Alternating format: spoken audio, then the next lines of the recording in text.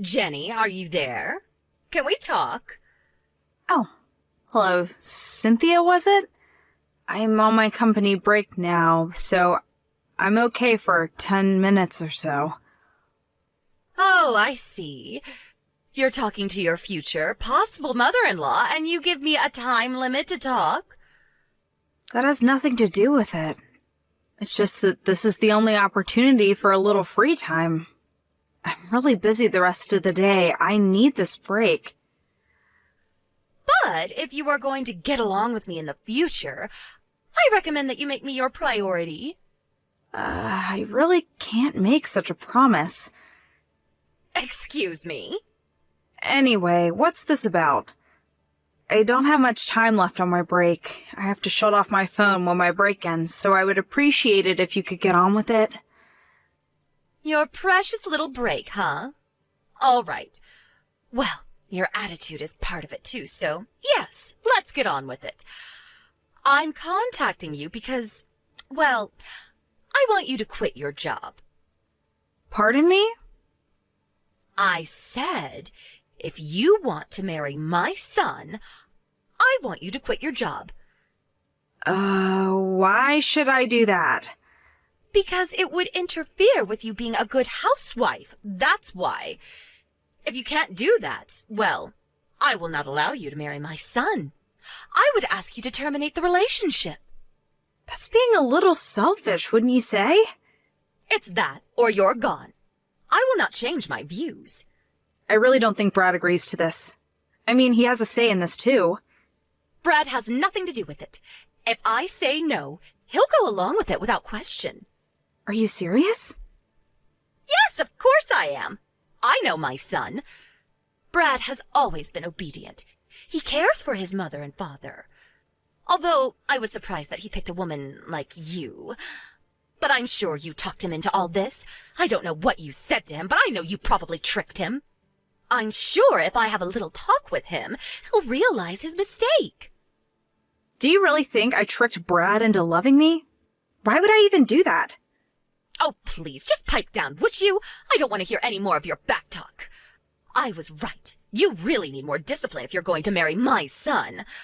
I will allow you to marry my son if you agree to quit your job and have me train you to be a good housewife.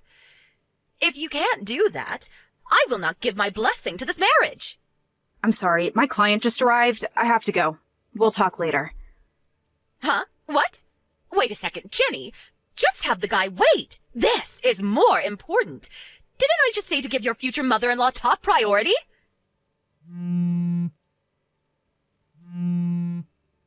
Jenny, pick up. You will regret treating me like this.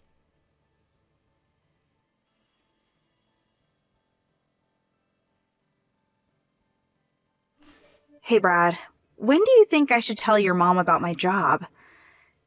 I'm not sure. I guess it all depends on your dad's situation.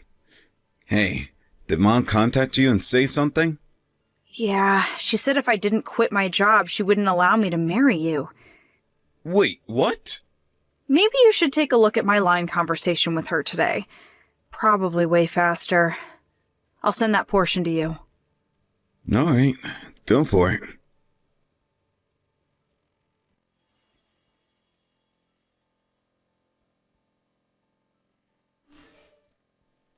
Oh my god, what the hell is this?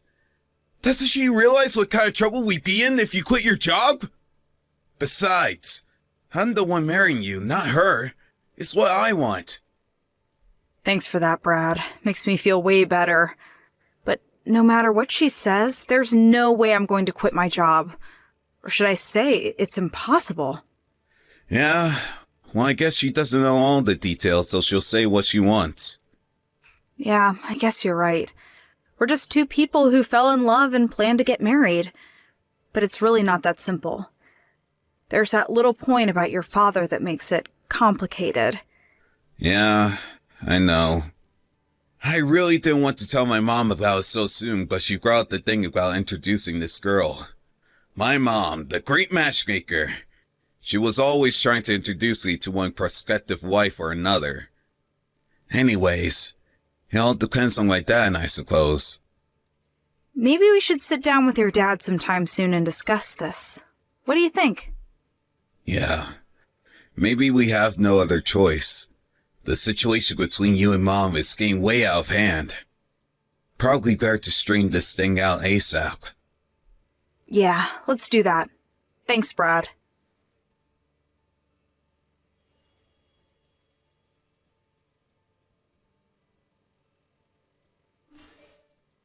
Jenny, are you there? Or are you on your break and you can't talk? Just so you know, I called your office and told them that you'll be retiring from the company.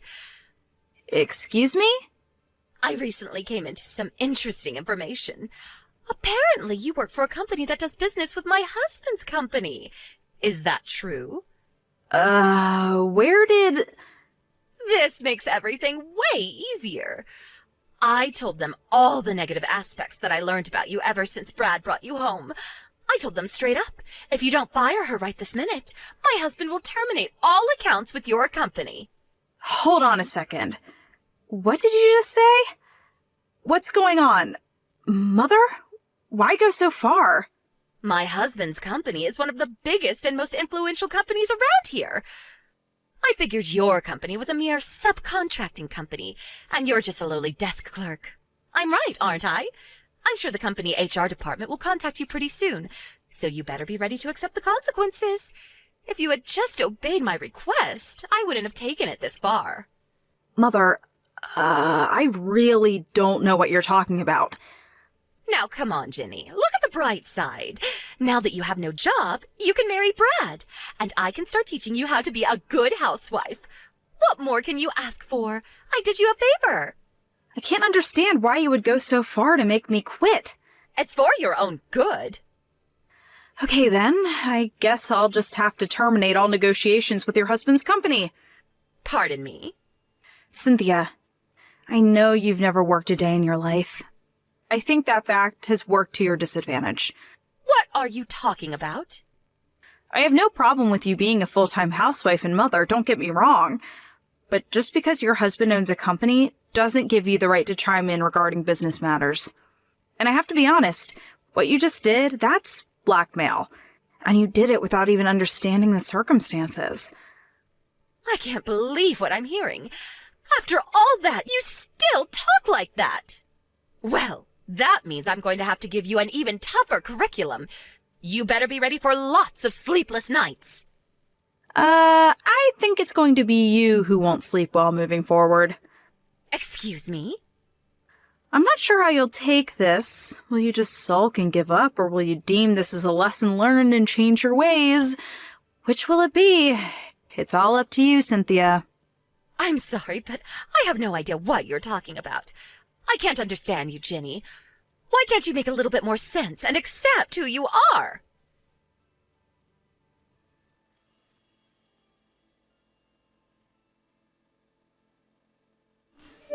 Jenny, pick up right this minute. We have to talk. What am I going to do? My husband just asked me for a divorce. He said that in order for the company to avoid bankruptcy, I'm an impediment. He said I would drag the company down. On top of that, he said that you're the CEO of the company my husband is working with. That can't be right, can it?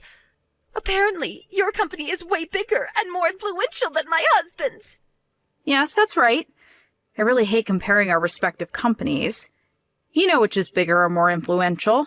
We all have our good points and bad points, but your husband's company is currently on the verge of bankruptcy. And with the loss of a major client, that may be inevitable. Why? Why did things end up this way? I would ask you the same question, Cynthia. Why? I really don't know. It's because you've been obsessed with status. Brad was slated to take over from your husband someday as president. You figured you were the head of the family, as if you were the first lady, so to speak.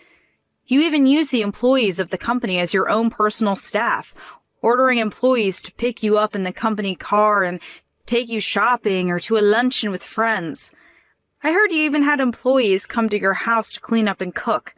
Some even complained that you yelled at them, demanding that they take priority for you rather than the company. As a result, several key employees ended up resigning. The company was left with an inadequate workforce. They were not able to continue projects that were prematurely postponed due to the resignation of some of those key project managers. Well, subsequently, it had adverse effects on some of the company's major projects. But I was only trying to... Many of those major clients had no other choice but to terminate their contracts due to lack of progress. That's where my company stepped in. We looked over the finances and future potential of the company and decided to acquire the company. Simply put, we bought you out. Bought us out? You mean your company purchased my husband's company? You own our company? Yes. I won't get into the details regarding the negotiations, but some aspects of your husband's company, such as experience and connections in the industry, would be an advantage to us. Your husband made the decision to sell the company to us rather than see it go bankrupt. I think it was a very hard decision for him, but it was the right one in my opinion. Bankrupt? Bought out? What's going on? I'm sure your husband kept this all from you because he knew you would do something stupid to disrupt negotiations. He kept that from me? I'm sure you noticed that company employees have ignored your requests lately. Your husband already puts the gears into motion. It was only a matter of time before he was no longer the owner. So he told his employees to pay no attention to you, to just ignore you. He did that? We conducted negotiations numerous times over the last several months. It involved your husband, Brad, who was slated to take over the company, as well as me and my top executives. In the end, your husband opted to sell the company rather than see it go bankrupt. As for Brad, we decided that he would take over as vice president of the newly formed company, a subsidiary of my company. Brad is going to be vice president of this company? And who's going to be the CEO of this company? That would be me, for now. Well, it should be Brad! That was not solely my decision. It was voted on by the board of members, a sound business strategy. Well, during this time, Brad and I started seeing each other on occasion. First, it was all business, but gradually we got to know each other. Well, you know the rest. And that's where we are right now. If that's the case, could you talk to my husband and ask him to rethink this divorce? You want me to persuade him? Yes, that's right. It's the least you can do for me. If you do that, I'll let you work for however long you want, and we can forget all about that housewife training, and I'll give you permission to marry my son Brad. What do you say? I don't need your permission to keep working or to marry Brad. I'll do as I please. Pardon me? How could you say that? I wish you would get this through your head that you have no power to change any of this. Please, Jenny, don't be that way. Listen to me. I believe your lawyer is on the way to discuss your divorce. You're probably pretty busy, so I'd better get going. Bye!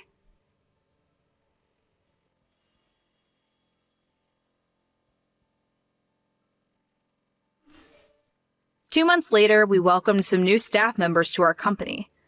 Several members from the newly acquired company and our team started working together, and things got off to a great start.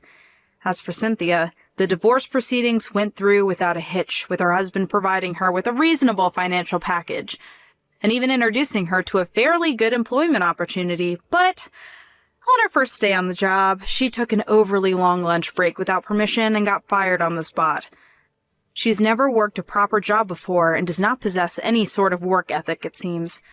So all she had to live on was her modest divorce money, but that hit rock bottom pretty quick. She ended up coming to me and Brad for help, but Brad brushed her off. She had no choice left but to return to her parents' place in the country. I hear she's living in some beat-up apartment there, working at some local grocery store, trying to make ends meet.